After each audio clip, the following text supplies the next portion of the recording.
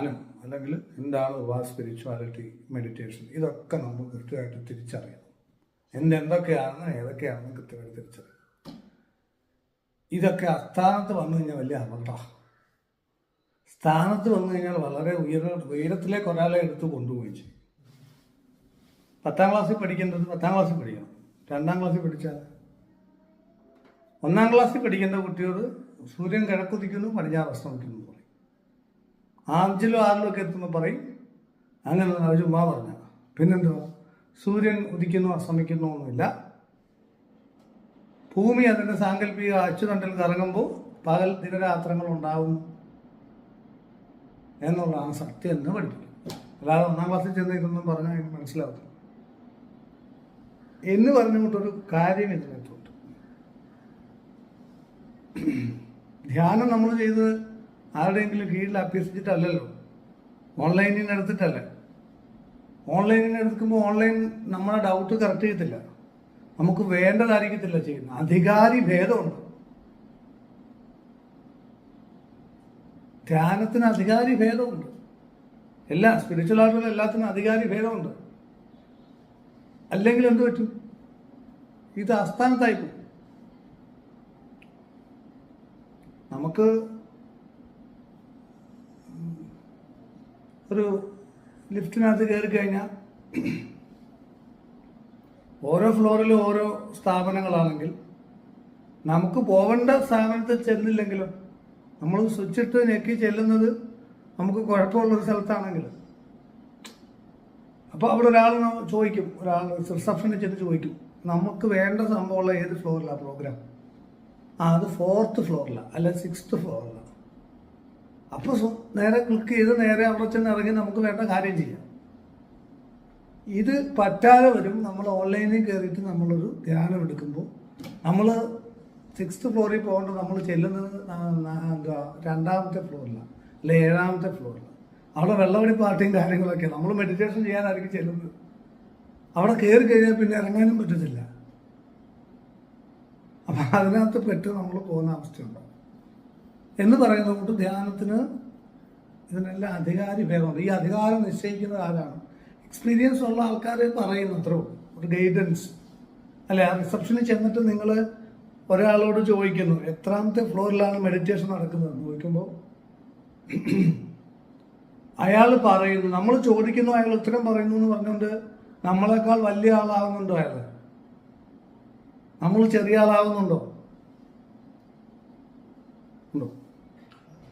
അതൊരു ജസ്റ്റ് ഒരു ഇൻഫർമേഷൻ ഉള്ളൂ അല്ലേ? സത്യത്തിൽ അത് മാത്രമാണ് ശരിക്കും സ്പിരിച്വാലിറ്റിയിൽ ഗുരുക്കന്മാരുടെ അടുത്തുനിന്ന് വേണ്ടി വരുന്നത്. നമ്മളാണ് പോകേണ്ടത്. അവിടെ ഗുരുവിന് അവിടെ പ്രാധാന്യം കൊടുക്കണ്ട. എന്നാവട്ടെ അയാൾ പറയുന്നോട്ട് കേട്ടില്ലെങ്കിൽ വല്ലതും പറ്റുമോ? അയാൾ മര്യാദയ്ക്ക് പെരുമാറിയില്ലെങ്കിൽ അയാൾ പറഞ്ഞു തരൂ. അയാളെ റെസ്പെക്ട് ചെയ്യണം. അയാൾ പറഞ്ഞ ശ്രദ്ധയോടെ കേൾക്കണ്ടേ? കേൾക്കണം. അയാൾ പറഞ്ഞ വളരെ empty ആയിട്ടൊന്ന് കേൾക്കണ്ടേ? അവിടെ എനിക്കെല്ലാം അറിയാമെന്ന് പറഞ്ഞ് ഞാൻ പറ്റത്തില്ല, പറ്റുമോ? അല്ല, ഒരു പഴയ സിനിമയിൽ ശ്രീനിവാസൻ ഡ്രൈവിംഗ് പഠിക്കാൻ പോകുന്നൊരു സീനുണ്ട് മാമുക്കോയായിട്ട്.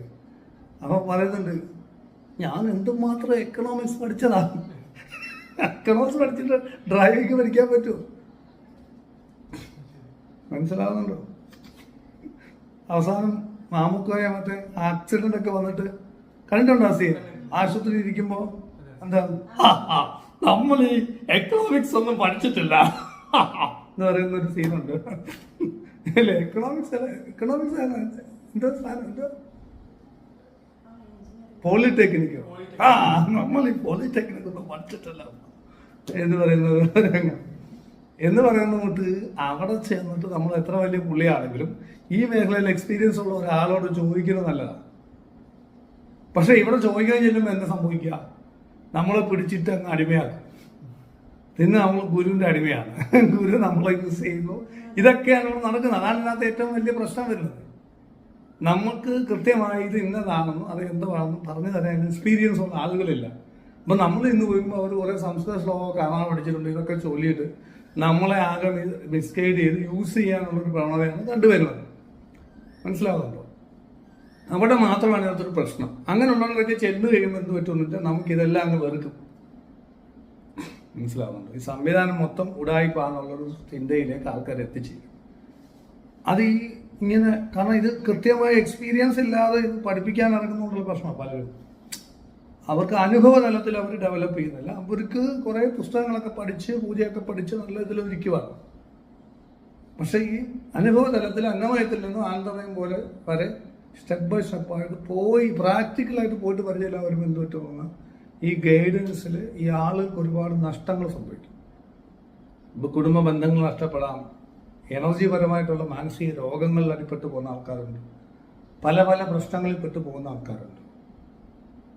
അപ്പം അങ്ങനെയുള്ള ഒരു സിറ്റുവേഷനിൽ കൂടെ നമ്മൾ കടന്നു പോകണം. അപ്പം ഞാൻ പറഞ്ഞു വരുന്നത്, അവിടെ കൃത്യമായ ഒരു ഗൈഡൻസോട് കൂടി, അതുകൊണ്ട് എന്ത് പറ്റും, ഇതൊന്നും എടുക്കുന്നില്ല എന്ന് വെക്കും. അപ്പോൾ കൂടുതൽ കുഴപ്പം ഇതിങ്ങനെ കിടക്കും.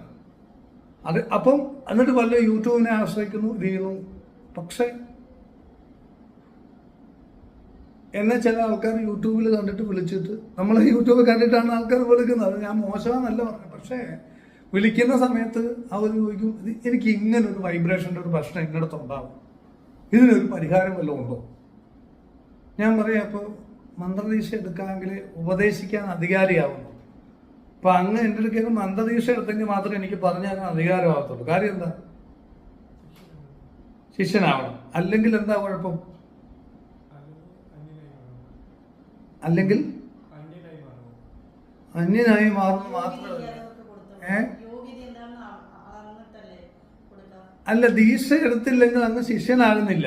അല്ലാത്തപ്പോ ആരാണ് അങ്ങ്? അല്ലാത്തപ്പോ, ദീക്ഷ എടുക്കാത്തപ്പോ ആരാണ്? ചുമ്മാ ഒരാൾ വിളിച്ചു ചോദിക്കുവാണെങ്കിൽ ആരാണ്?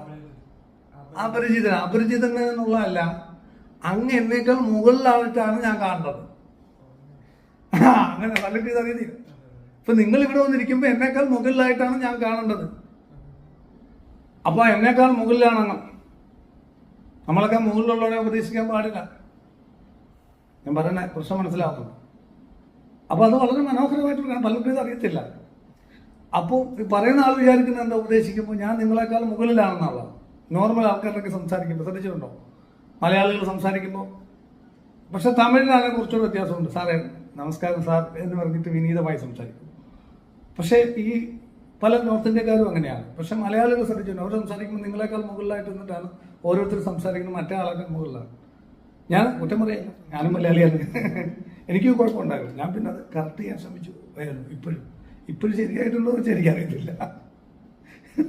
അപ്പം പക്ഷെ നമ്മൾ യഥാർത്ഥത്തിൽ എങ്ങനെയാണ് കാണുന്നത്, ഉള്ളിൽ കാണേണ്ടത്. അതുകൊണ്ടാണ് ദീക്ഷ എടുത്തിട്ട്. അപ്പം ഞാൻ ചോദിക്കുന്നതേ ഉള്ളൂ, അവരെന്നെ വിളിച്ചിട്ട് ഇങ്ങനെ ചോദിക്കുന്ന ഒരു വൈബ്രേഷൻ പ്രശ്നമാണ്. അപ്പം ഞാൻ ചോദിക്കാം, അപ്പം ഇതിന് ഉത്തരം പറഞ്ഞു കഴിഞ്ഞാൽ കഴിഞ്ഞോ? പിന്നെ തുടങ്ങുക. അപ്പോൾ അത് ഉത്തരം പറഞ്ഞു കഴിയുമ്പോൾ അത് കറക്റ്റായിട്ട് അവർ ചെയ്യും. കറക്റ്റായിട്ട് ചെയ്യുമ്പോൾ പിന്നെ ഡെവലപ്പ് ചെയ്യും. പിന്നെ കുറച്ചുകൂടെ അറിയാൻ വയ്യാത്ത ഏരിയ ഡൊമൈനിലേക്കാണ് പോകുന്നത്. അപ്പോൾ അവരുടെ ഡൗട്ട് കളർത്ത് ചെയ്യണ്ടേ, അത് കറക്റ്റ് ചെയ്യാൻ ആരാ? അപ്പോഴും ഇതുപോലെ യൂട്യൂബിനകത്ത് ആരെങ്കിലും സെർച്ച് ചെയ്ത് നമ്പർ എടുത്തിട്ട് വിളിച്ചാലോ, ഞാൻ ഒരുവിധം കറക്റ്റായിട്ട് ആത്മാർത്ഥമായിട്ടുള്ള കാര്യമായിരിക്കും ചിലപ്പോൾ പറഞ്ഞു കൊടുക്കുന്നത്. വേറൊരാൾ പറഞ്ഞു കൊടുക്കുന്ന ഇവരെ യൂസ് ചെയ്യാനോ അവരെ ബുദ്ധിമുട്ടിക്കാനോ അവർക്ക് അറിയാൻ വയ്യാതോ അറിവില്ലായ്മ കൊണ്ടോ പറഞ്ഞു കൊടുക്കുന്ന ഇവർക്ക് ദോഷമായിട്ട് വരത്തില്ല. അപ്പോൾ എപ്പോഴും യൂട്യൂബിനെ ആശ്രയിക്കാൻ പറ്റും? യൂട്യൂബിനോട് ചോദിച്ചാൽ പറഞ്ഞു തരുന്ന കറക്റ്റ് ആവും. ഗൂഗിളിനകത്തും എല്ലാം പറയും, മെറ്റീരിയൽ കാര്യങ്ങളെല്ലാം പറയും. സ്പിരിച്വൽ കാര്യങ്ങൾ പറയുമോ ഗൂഗിൾ? ഇല്ല. പറഞ്ഞാലും അത് എഴുതിപ്പിക്കുന്നതായിരിക്കും മിക്കപ്പോഴും. ഇത് മാത്രം അങ്ങനെ യൂട്യൂബിൽ കൂടെ ഓൺലൈനിൽ പഠിക്കാൻ പറ്റൂല. ആദ്യത്തെ കുറെ ഒരു തുടക്കത്തിനൊക്കെ ഏതെങ്കിലുമൊക്കെ എടുക്കാമെന്നുള്ളതല്ല. അവിടുന്ന് ഹയർ ലെവലിലോട്ട് പോകണമെങ്കിൽ 1-2 വഴി. ഒന്ന് സ്വന്തമായിട്ട് യാത്ര ചെയ്യാം, ഇല്ലെന്ന് പറയുന്നില്ല. പക്ഷെ അപ്പം ചിലപ്പോൾ നമ്മൾ കുറെ പരിക്കൊക്കെ പറ്റിയിട്ടായിരിക്കും ചെന്ന് കയറുന്നത്. ഇപ്പം നമുക്കൊരിടത്ത് ഗൂഗിൾ മാപ്പ് ഇല്ലാതെയും അല്ലാതെയും പോകാം. ഗൂഗിൾ മാപ്പ് ഇല്ലാതെ പോയി കഴിഞ്ഞാൽ അതാണ് എളുപ്പം, ഗൂഗിൾ മാപ്പ് വെച്ച് പോകുന്നത്. പക്ഷേ പലപ്പോഴും ഈ ഗൂഗിൾ മാപ്പ് നമുക്ക് പണി തരും. അതേ സമയം ചിലപ്പോൾ നമ്മൾ ചോദിച്ചു പോയാൽ അത്രയും പ്രശ്നം വരത്തില്ലായിരിക്കും. ചോദിക്കാൻ ആളുണ്ടെങ്കിൽ ചിലപ്പോൾ രാത്രിയിലൊക്കെ ആയ ആൾക്കാരും വെളിയിൽ കാണത്തില്ല, അപ്പോൾ ഗൂഗിൾ മാപ്പ് ഉപയോഗിക്കാം. അത് തെറ്റല്ല. കാരണം ആദ്യം നമ്മൾ അങ്ങനെ ഒരു ഗൂഗിളൊക്കെ യൂസ് ചെയ്യുന്നത് തെറ്റല്ല.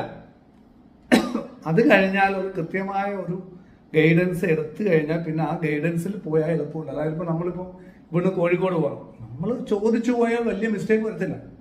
കാരണം നമ്മൾ ആ വഴി പോകേണ്ട, അത് വളരെ ചെറുതാക്കുക, അത്രയുള്ള റോഡ്. അതുകൊണ്ട് നാട്ടുകാർ പറഞ്ഞു തരും, ചേട്ടൻ ഇപ്പുറത്തെ വഴി കൂടെ പോയി കഴിഞ്ഞാൽ ഇങ്ങനെ പോയി ലെഫ്റ്റ് തിരിഞ്ഞ് നേരെ പോയാൽ കുറച്ച് എളുപ്പമുണ്ട്. ഇത് നമ്മൾ കുറേ പേരൊക്കെ ചോദിച്ച് ചേർന്ന് പോയി കഴിഞ്ഞാൽ ചിലപ്പോൾ കൃത്യമായിട്ട് വേഗം അവിടെ തരും. മറ്റേ സമയത്ത് പലപ്പോഴും ഇതിനകത്തിൽ റബ്ബർ തോട്ടത്തിൻ്റെ വീടിൻ്റെ മുറ്റത്തൂടെ ഒക്കെ കയറ്റി നമ്മളെ ഗൂഗിൾ മാപ്പ് കൊണ്ടുപോയി പലപ്പോഴും പണി കിട്ടിയ ആൾക്കാരുണ്ട്. കാട്ടിനകത്ത് പോയി പെട്ടിട്ട് പോലീസുകാരൊക്കെ ഒന്ന് വിളിച്ചിട്ട് വന്നില്ല. എന്നാല് 2 ദമ്പതികൾ അല്ലെ, വെള്ളത്തിനകത്ത് പോയി കാറ് പലതും പോയി ഇറങ്ങിയിട്ടുണ്ട്. ഡോക്ടേഴ്സിന്റെ മനസ്സിലാവുന്നുണ്ട്. ഇതൊക്കെ എങ്ങനെ വരും? അപ്പോ അതാണ് ഗൂഗിളിനകത്ത് പോകുമ്പോൾ ഉള്ളൊരു പ്രശ്നം. അതേസമയം കറക്റ്റായിട്ടുള്ള ഇതിൽ അപ്പൊ അതിനാണ് നമുക്ക് സാമാന്യ ബുദ്ധി കൂടി ഉപയോഗിക്കണമല്ലോ. ഒരു 10 പേരൊക്കെ അങ്ങ് ചോദിച്ചോണം. അപ്പോൾ കോമൺ ആയിട്ട് പറയുന്ന വഴി കറക്റ്റ് ആയിരിക്കും എന്ന് പറയുന്നതുകൊണ്ട് കോമൺ സെൻസ് എന്ന് പറയുന്ന സാധനം ഉപയോഗിച്ചിട്ട് നമ്മൾ ഗുരുക്കന്മാരൊക്കെ ചർച്ച ചെയ്യുമ്പോൾ ക്ലിയറായിട്ട് മനസ്സിലാവും ഇവർ പറയുന്നത് നമ്മൾ നല്ലതാണ് യൂസ് ചെയ്യാമെന്നൊക്കെ നമുക്ക് മനസ്സിലാവും. ആ കോമൺ സെൻസ് ഉപയോഗിച്ചാൽ മതി. അതിന്റെ വളർച്ചയാണ് അതിപോലെ തലം എന്ന് പറയുന്നത്. അപ്പൊ അങ്ങനെ നമ്മൾ ഗൈഡൻസ് എടുക്കണം. ഒന്നാമത്തെ കാര്യം. 2